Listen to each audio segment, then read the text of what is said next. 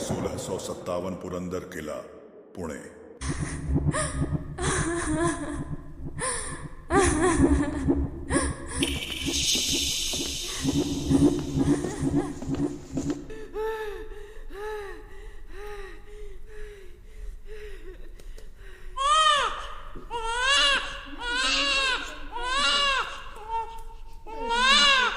महारानी साहिबाई और बच्चा दोनों कैसे हैं? राजे, दोनों सुरक्षित हैं। वो तो होगा ही। ये मराठा का सिंह जो है, ये इस साम्राज्य का गौरव बनेगा। इसका नाम संभाजी होगा।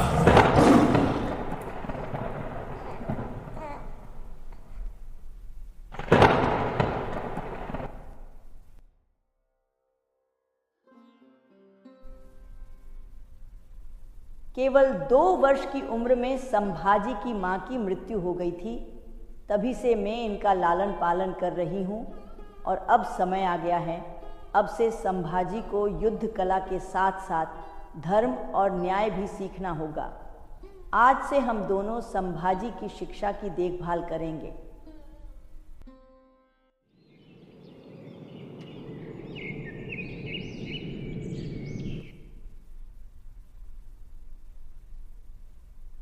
धर्मम च राष्ट्रम च समानम ध्येयम, अर्थात धर्म और राष्ट्र की सेवा समान उद्देश्य होने चाहिए।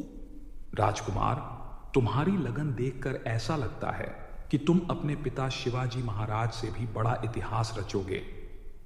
संभाजी बचपन से ही विलक्षण बुद्धि के धनी थे।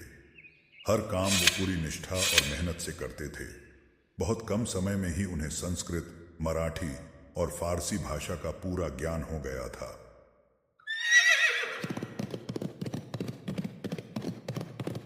आठ साल के हमारे संभाजी को घुड़सवारी सीखने का मन हुआ।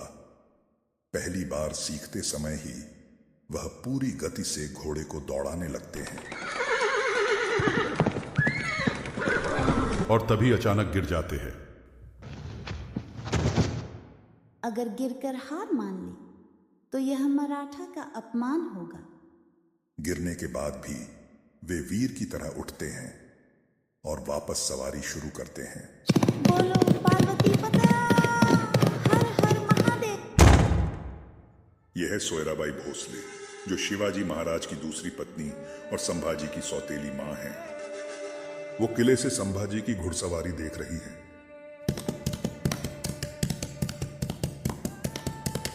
काश मुझे भी एक बच्चा होता जिसे मैं शिवाजी महाराज के बाद मराठा साम्राज्य का उत्तराधिकारी बनाती। संभाजी तलवारबाजी का अभ्यास कर रहे हैं। उनकी तेज और सटीक चालें, उनके चेहरे पर आत्मविश्वास हूबहू शिवाजी की तरह है। इधर संभाजी की सौतेली मां सोयराबाई बेचैन होकर अपने ही मन में कुछ सोच रही हैं। सबका ध्यान बस संभाजी की तरफ ही है। मैं समझ गई, जब तक मुझे पुत्र प्राप्ति नहीं होगी तब तक इस राज्य में मुझे कोई अहमियत और मान सम्मान नहीं देगा। मुझसे ज्यादा सम्मान तो संभाजी का होता है। सोयराबाई संभाजी की सौतेली मां होने की वजह से हमेशा से ही उनसे नफरत करती थी। उन्हें ऐसा लगता है कि संभाजी की वजह से कभी उनका होने वाला पुत्र इस मराठा साम्राज्य का उत्तराधिकारी नहीं बन सकता है। संभाजी की किस्मत में उनके बचपन से उनके खिलाफ काफी लोग उनके ही अपने महल में मौजूद थे, लेकिन उनकी हिम्मत और साहस उन्हें हर चुनौती से इन सब से पार ले जा रही थी।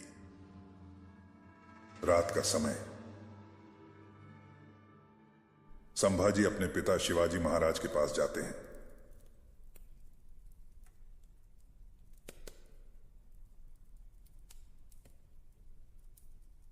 बेटा, एक बात हमेशा ध्यान रखना, कभी कभी अपने ही लोग इस खंजर की तरह होते हैं। रहेंगे तो तुम्हारे साथ, पर कब उनसे हमें जख्म मिल जाएगा पता नहीं चलने देंगे। पिताजी, जब तक आपकी तलवार और आपके विचार मेरे साथ हैं, कोई मेरा कुछ नहीं बिगाड़ सकता।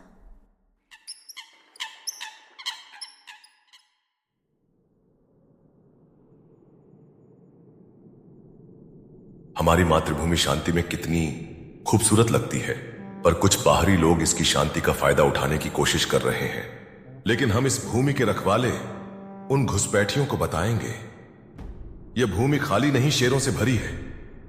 जय भवानी, जय भवानी, जय भवानी, जय भवानी, जय भवानी, जय भवानी। अब 1660 के दशक में मराठा साम्राज्य तेजी से बढ़ रहा था। शिवाजी ने कई मुगल किलों पर कब्जा कर लिया था और दक्षिण भारत में मुगलों के प्रभाव को कमजोर करते जा रहे थे।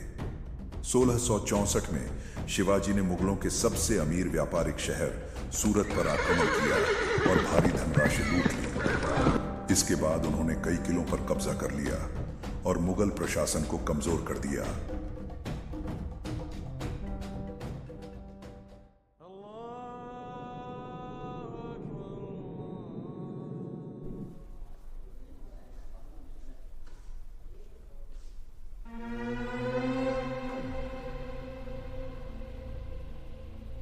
शिवाजी को रोकना होगा, नहीं तो यह मराठा आग पूरे हिंदुस्तान को जला देगी। अब तक मुगल शहंशाह औरंगजेब को एहसास हो गया था कि अगर शिवाजी को रोका नहीं गया तो मराठा साम्राज्य की ताकत और बढ़ जाएगी और मुगलों का भारत से नामो निशान जल्द ही मिट जाएगा। औरंग ने कुछ युद्ध लड़े। मुगलों और मराठों के बीच लंबे समय तक संघर्ष चला।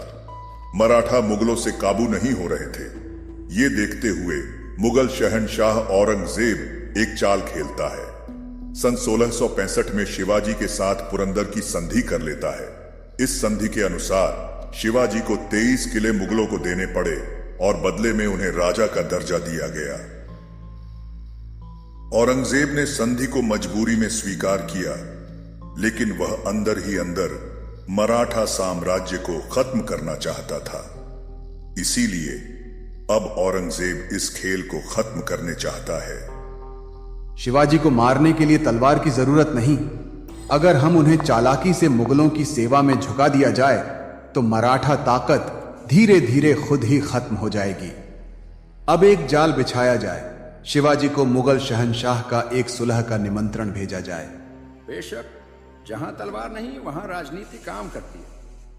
सन 1666 में औरंगजेब शिवाजी को आगरा बुलाने का निमंत्रण भेजता है। इस निमंत्रण में लिखा था कि उन्हें मुगलों की सेवा में एक बड़ा ओहदा दिया जाएगा और शिवाजी को दक्षिण भारत का सूबेदार बना दिया जाएगा। जिसके बाद अगले दिन शिवाजी अपने 9 साल के बेटे संभाजी के साथ घोड़े से आगरा की ओर चल देते हैं।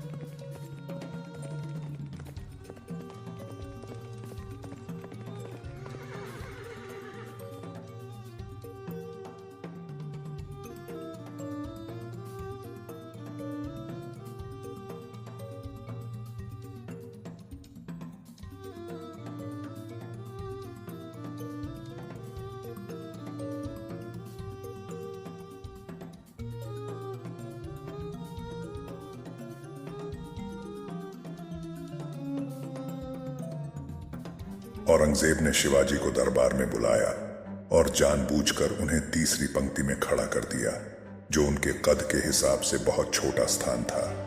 आप हमारे साथ अच्छा बर्ताव नहीं कर रहे हो। मुझे पता है आपने जानबूझकर मुझे नीचा दिखाने के लिए यह सब किया। कैसे मुगल बादशाह हो आप? इस तरह का अपमान हम बर्दाश्त नहीं करेंगे। यह एक बड़ा अपमान था, क्योंकि हिंदू राजा आमतौर पर दरबार में ऊंचे दर्जे पर बैठते थे। शिवाजी को एहसास हो गया कि यह सिर्फ एक चाल थी और औरंगजेब उन्हें गिरफ्तार करने का मौका ढूंढ रहा था। क्योंकि जैसे ही शिवाजी ने इस अपमान का विरोध किया, औरंगजेब ने बादशाह से ऊंची आवाज में बात करने के जुर्म में तुरंत उन्हें कैद करने का आदेश दे दिया।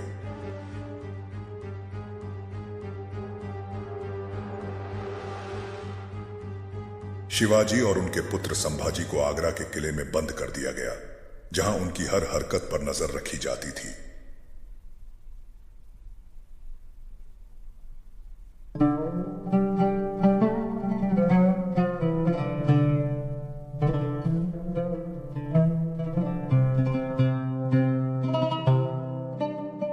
शिवाजी, मराठा शक्ति को बचाना चाहते हो तो मैं तुम्हें 2 रास्ते देता हूं। या तो इस्लाम कबूल करो या मराठा साम्राज्य को हमारे कदमों में सौंप दो। औरंग, ये तब संभव है जब सूरज अपना तेज छोड़ दे, जब समुद्र अपनी लहरों को रोक दे, तब शायद मैं मराठा स्वराज्य छोड़ दूं। शिवाजी, एक अक्लमंद इंसान जिंदा रहने का रास्ता ढूंढता है, पर लगता है तुमने मरने का रास्ता चुना है। मौत से, उससे तो तू डरता होगा औरंग, तभी तो तूने षड्यंत्र से मुझे बंदी बनाया। नहीं तो एक बार रणभूमि में आजमा का देख। खैर जाने दो, अब तुम चाहते ही हो मराठाओं को मैं अपने हाथों से खत्म करूं, तो उनका मैं ऐसा हाल करूंगा उनकी चीखें यहां तक सुनाई देगी, पर अफसोस तुम कुछ नहीं कर पाओगे। औरंगजेब चाहता था कि या तो शिवाजी इस्लाम कबूल करें या मराठा शक्ति को खुद ही उसको सौंप दे, लेकिन शिवाजी औरंगजेब की दोनों शर्तों के खिलाफ टिके रहे। शिवाजी अपने बेटे संभाजी के साथ मिलकर आगरा के कारागार से भागने की योजना बनाते हैं। शिवाजी औरंगजेब की नीति समझ गए थे, तो उन्होंने शांत रहना शुरू कर दिया था। वे उनकी निगरानी करने वाले सैनिकों से हंसी मजाक करने लगे। वो औरंगजेब को महसूस कराते रहे कि वह अब हार मान चुके हैं, अब वो कैद से नहीं निकल पाएंगे। कुछ महीने बीतने के बाद शिवाजी ने बीमार होने का नाटक किया, तो उन्होंने औरंगजेब से अपनी तबीयत ठीक कराने के लिए जरूरतमंद की मदद करके उनसे दुआ लेने का जिक्र किया। इस योजना में वो गरीबों को फल और मिठाइयां दान करने लगे। काफी समय तक तो इन टोकरियों की जांच पहरेदार करते रहे, लेकिन यह रोजाना होने की वजह से जांच होना बंद हो गया। तभी एक दिन शिवाजी महाराज अपने बेटे के साथ मौका देखकर टोकरियों में बैठकर फलों के सहारे किले से बाहर निकल जाते हैं, कैद से आजाद हो जाते हैं।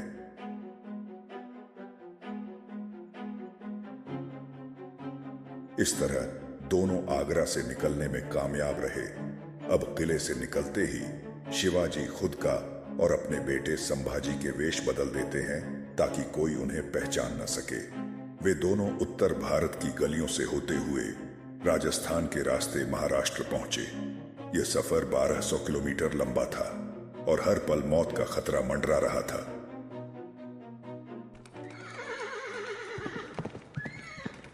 आखिरकार कई महीने बाद वे रायगढ़ लौटे। आगरा से आने के बाद शिवाजी ने अपने बेटे संभाजी को युद्ध कला, राजनीति और कूटनीति की शिक्षा के लिए राजा जय सिंह के पास भेजा।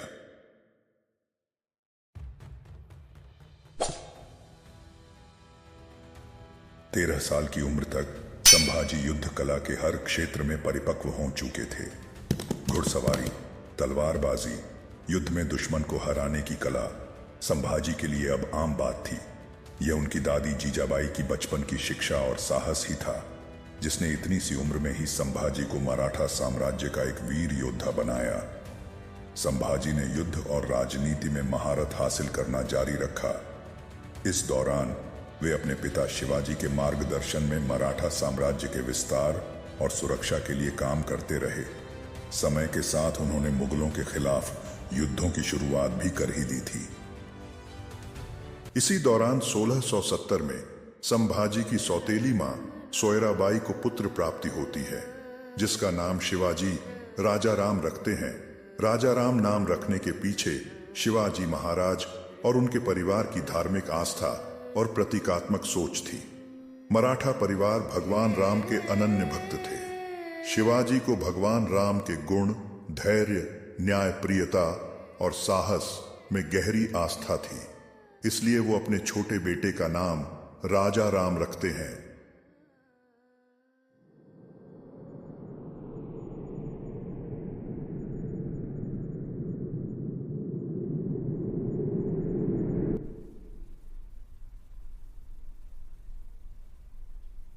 संभाजी, अब तुम्हारी परीक्षा का समय आ गया है। अब तुम्हें अकेले दुश्मनों का सामना करना है। 1672 में शिवाजी ने अपने बेटे संभाजी को मुगलों के खिलाफ पहली बड़ी लड़ाई के लिए भेजा।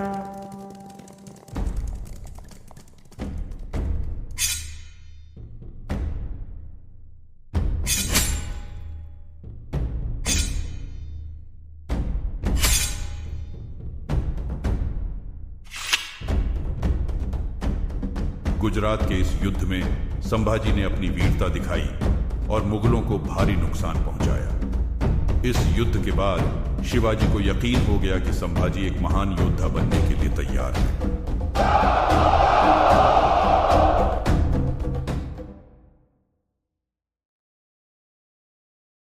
अब समय आ गया है कि हम अपने साम्राज्य को और मजबूत करें। संभाजी अब लगभग 17 वर्ष के हो चुके हैं। इस साम्राज्य को आगे बढ़ाने के लिए हमने संभाजी का विवाह करने का फैसला लिया है।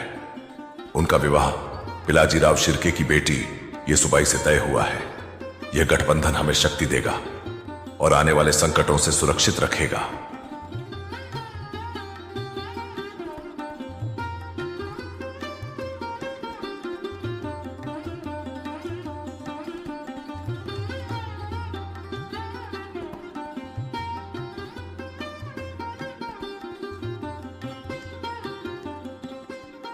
संभाजी की शादी के कुछ दिनों बाद शिवाजी को छत्रपति का ताज पहनाया गया। उन्होंने दक्षिण भारत में कई किले फतेह किए और मराठा साम्राज्य को और शक्तिशाली बना दिया। शिवाजी के छत्रपति बनने के 12 दिन बाद ही कुछ ऐसा हुआ जिससे पूरे मराठा साम्राज्य को गहरा धक्का लगा।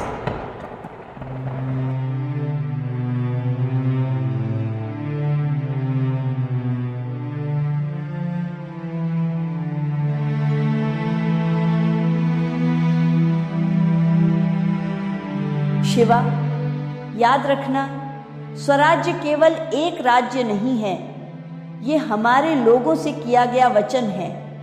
इसकी रक्षा करना हर कीमत पर। आई, आपने हमेशा मुझे रास्ता दिखाया है। आपके जाने के बाद मुझे राह कौन दिखाएगा? दुश्मनों से कैसे लड़ पाऊंगा? तू अकेला नहीं है शिवा, अब संभा भी तेरा साथ देगा। समझना, मैं ही तुम्हारे साथ हूं। संभा, तुझे मैंने बचपन से वीर बनते देखा है। याद रखना, स्वराज्य को बचाने के लिए हर बलिदान देना पड़े तो पीछे मत हटना। तू मराठा साम्राज्य की एक मजबूत ढाल और तलवार है। आई, मैं वचन देता हूँ, आपके स्वराज्य की रक्षा अपने प्राणों से बढ़कर करूंगा। कोई दुश्मन इसे छू भी नहीं पाएगा। जीजाबाई की आंखें धीरे धीरे बंद हो जाती हैं। शिवाजी और संभाजी के चेहरे पर गहरा दुख छा जाता है। उस रात रायगढ़ ने अपनी जननी को खो दिया, लेकिन जीजाबाई का आशीर्वाद शिवाजी और संभाजी के साथ साथ उस परिवार के हर कदम में उनके साथ रहा।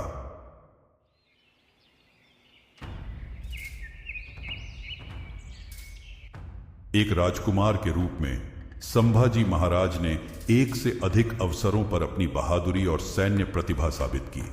1675 से 1676 के दौरान उन्होंने सफल अभियान का नेतृत्व किया। इस अभियान में उन्होंने बहुत कम सेना के साथ पोंडा किले पर अपनी रणनीतिक बुद्धि से चढ़ाई कर मुगलों को मौत के घाट उतार दिया।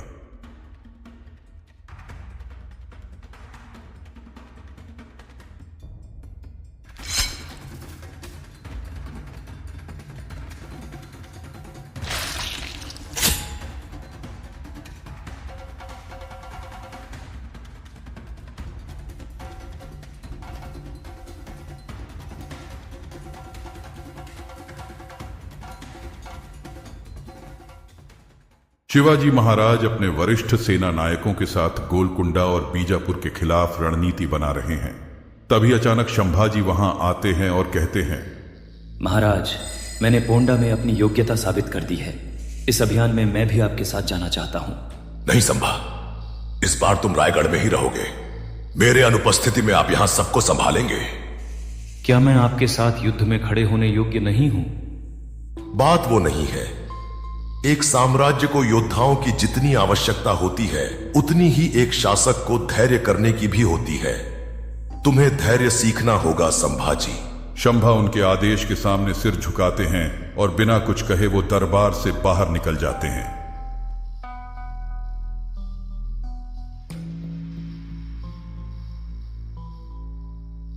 राजकुमार, मैं आपकी आंखों में उठता तूफान देख सकता हूं। क्रोध को अपनी बुद्धि पर हावी मत होने दीजिए। बुद्धि? क्या बुद्धि यही है कि मैं रायगढ़ में एक पिंजरे में बंद शेर की तरह बैठा रहूं? वे मुझे अभी भी सिर्फ एक अयोग्य बालक समझते हैं जो उनके योग्य नहीं है। नहीं, ऐसा नहीं है। बस तुम्हारे पिता सिर्फ तुम्हारी रक्षा करना चाहते हैं राजकुमार। बस अब समझ गया मैं। अगर रायगढ़ को मेरी जरूरत नहीं तो मुझे भी रायगढ़ की कोई जरूरत नहीं। जा रहा हूं वहां जो मेरी शक्ति का मूल्य समझेंगे।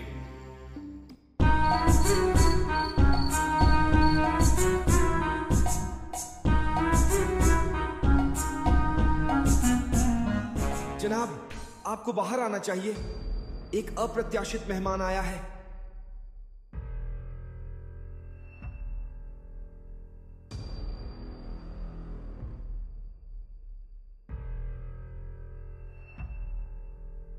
युवराज संभाजी, मुझे यकीन नहीं हो रहा। या तो मैं सपना देख रहा हूं या फिर कहीं रायगढ़ तुम्हारी महत्वाकांक्षाओं के लिए छोटा पड़ गया है। मैं अपनी मर्जी से आया हूं दिलेर खान। अपनों ने मेरी कदर नहीं की। उनको दिखाना चाहता हूं मैं क्या कर सकता हूं। मुगल सल्तनत तुम्हारा स्वागत करती है राजकुमार। तुमने बहुत बुद्धिमानी का फैसला लिया है। इंशाअल्लाह हम मिलकर बड़े कारनामे करेंगे। संभाजी सिर हिलाते हैं, लेकिन उनकी आंखों में अनजानी बेचैनी झलकती है। उन्हें यह एहसास नहीं होता कि दिलेर खान की आंखों में वही शातिर चमक है जो किसी शिकारी की होती है जब शिकार खुद उसके जाल में चला आए। कई महीने बीत जाने के बाद मुगल सेना संभाजी के साथ दक्कन के भूपालगढ़ के किले पर आक्रमण कर देती है। भूपालगढ़ किला, जो मराठों का एक मजबूत गढ़ है, मुगलों की घेराबंदी में है, लेकिन मराठा सैनिक आत्मसमर्पण करने को तैयार नहीं है।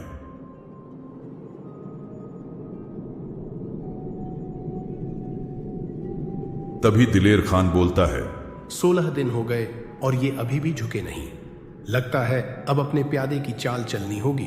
दिलेर खान संभाजी को आदेश देता है कि उनसे जाकर कहो किले का दरवाजा खोल दे। संभाजी भी सोचते हैं कि ऐसा करने से बेवजह का रक्तपात रुक जाएगा। संभाजी किले के दरवाजे पर खड़े होकर फिरंगोजी को द्वार खोलने को कहते हैं। फिरंगोजी और उनके सैनिक स्तब्ध रह जाते हैं कि युवराज दुश्मनों का साथ क्यों दे रहे हैं। फिरंगोजी भारी मन से दरवाजा खोलने का आदेश दे देते हैं। जैसे ही द्वार खुलता है, मुगल सैनिक अंदर घुस जाते हैं और अंदर रक्तपात मच जाता है। मुगलों के हाथों मराठा योद्धा एक एक कर गिरते जाते हैं।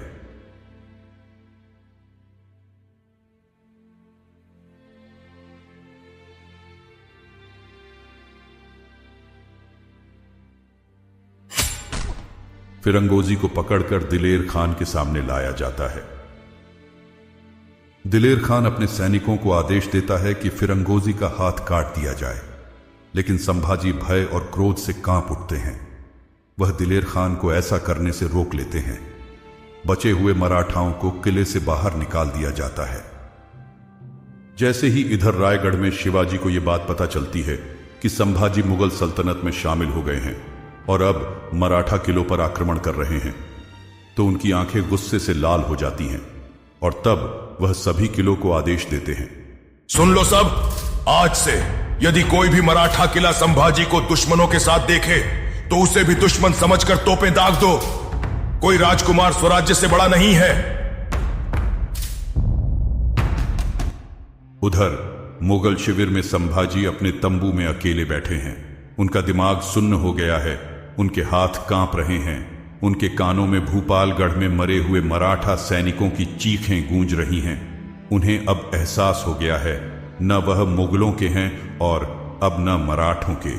उन्होंने अपने जीवन की सबसे बड़ी गलती कर दी है। कुछ दिनों के बाद दिलेर खान के अत्याचार अब बढ़ते ही जा रहे थे। वो पास के आम लोगों के साथ लूटपाट और हिंदू औरतों के साथ गलत व्यवहार करने लगता है। और जब संभाजी ने उससे इस बात का विरोध किया तो वो भड़क उठा और बोला, तुम कौन होते हो मुझे रोकने वाले? मुझे जो अच्छा लगेगा वो मैं करूंगा। ये बात सुनकर संभाजी अब समझ गए थे कि दिलेर खान ने उन्हें सिर्फ एक मोहरा समझा। संभाजी अब ना तो अपने पिता शिवाजी के पास जा सकते थे और ना ही मुगलों के साथ रह सकते थे। वो बड़ी ही दुविधा में पड़ गए थे कि अब करे तो क्या करें। इधर दिलेर औरंग को खबर पहुंचा देता है, शंभा अब मुट्ठी से बाहर निकल रहा है। औरंगजेब तुरंत उसको बंदी बनाने का फरमान भेज देता है। जैसे यह बात संभाजी को पता चलती है, वह तुरंत वहां से भागने लगते हैं।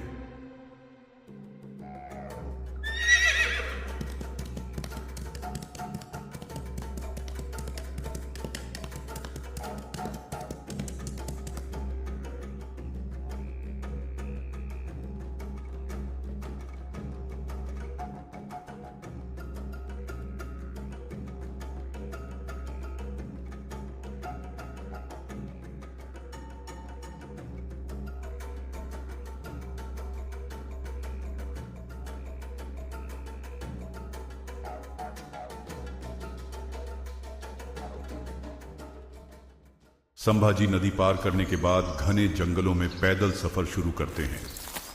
3 दिनों का सफर तय करके बीजापुर के एक छोटे से गांव में जाते हैं, जहां संभाजी 10 दिनों तक रुकने के बाद महाबलेश्वर की पहाड़ियों को पार करते हुए पन्हाला किले पहुंचते हैं, जहां उनके कुछ भरोसेमंद साथी पहले से मौजूद थे।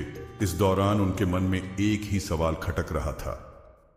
क्या पिताजी मुझे माफ करेंगे? हरगिज नहीं करेंगे शायद। मैंने जो गलती की है, इसकी सजा तो सिर्फ मृत्यु है। यहां तक सबकी नजरों से भी गिर चुका हूं मैं। पता नहीं सब लोग मेरे बारे में क्या सोच रहे होंगे। अब कोई नहीं अपनाएगा।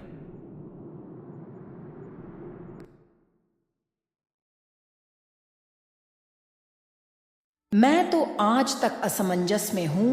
मुझे यकीन ही नहीं होता महाराज कि संभाजी ने मुगलों का साथ दिया। आपने हमेशा उसे मराठा साम्राज्य का भविष्य समझा था, पर देखिए उसने आपके और मराठाओं का विश्वास को कैसे तोड़ा। मुझे भी यही चिंता है महारानी। अगर संभाजी लौटता भी है तो क्या मराठा साम्राज्य फिर से उसे अपना राजा मान सकेगा? महाराज, भविष्य के लिए हमारी उम्मीदें राजा राम से जुड़ी होनी चाहिए। वह अभी छोटा है, लेकिन सही मार्गदर्शन में है। वह मराठा साम्राज्य की बागडोर संभाल सकता है। संभाजी ने तो अपने कर्मों से अपना रास्ता खुद ही अलग कर लिया है। सोयराबाई इस मौके का पूरा फायदा उठाकर शिवाजी के मन में संभाजी को लेकर जहर घोल देती है। सोयराबाई के शब्द शिवाजी महाराज के मन में धीरे धीरे झर की तरह असर करने लगते हैं। उनका विश्वास डगमगाने लगता है।